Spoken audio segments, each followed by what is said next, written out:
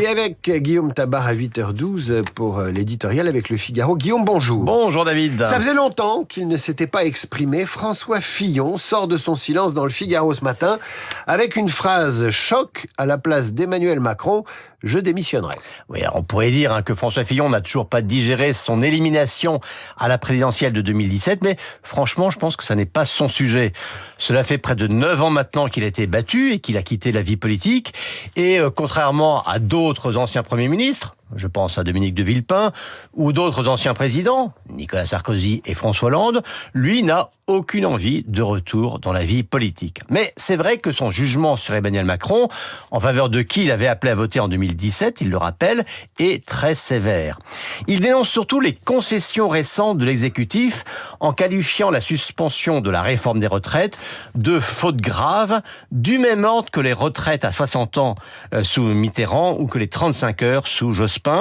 À ses yeux, le compromis négocié par Sébastien Lecornu avec le PS est contraire aux intérêts de la France et n'a d'autre motivation que le maintien au pouvoir d'un bloc central malgré ses défaites électorales.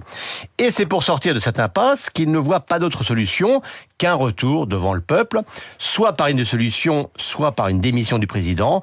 Alors bien sûr, il ne la réclame pas formellement, mais il dit quand même, à sa place, je donnerai ma démission pour ne pas faire perdre 18 mois au pays. Lui qui avait été le candidat de la droite avant d'être emporté par les affaires, que pense-t-il de la situation de son camp LR ? Eh bien écoutez, là aussi, il est très critique. Je suis atterré, dit-il, à propos du vote d'une grande partie du groupe LR en faveur du budget de la sécurité sociale qui a suspendu la réforme des retraites.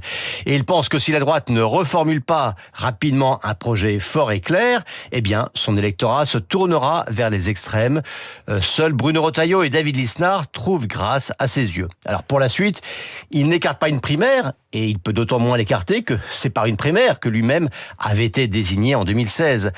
Mais on le sent hostile à un périmètre trop large qui irait jusqu'aux macronistes, car cela conduirait, selon lui, à un compromis qui ne serait que, dit-il, la poursuite de la politique actuelle. Nicolas Sarkozy a relancé le débat sur l'attitude à avoir envers le Rassemblement national. Quelle est la position de François Fillon ? Est-il, lui, pour l'union des droites ? Écoutez, en tout cas, on le sent effectivement très proche de la ligne Sarkozy, et c'est en soi une première que les deux hommes soient d'accord. Il se dit franchement opposé à un front républicain qui serait, selon lui, un déni de démocratie, dans la mesure où, dit-il, tous les partis qui respectent la Constitution font partie de l'arc républicain. Et il précise, c'est clairement le cas du Rassemblement national, c'est moins clair pour la France insoumise. Alors, il ne prône pas pour autant l'alliance avec le RN, dont il juge le programme économique inconséquent.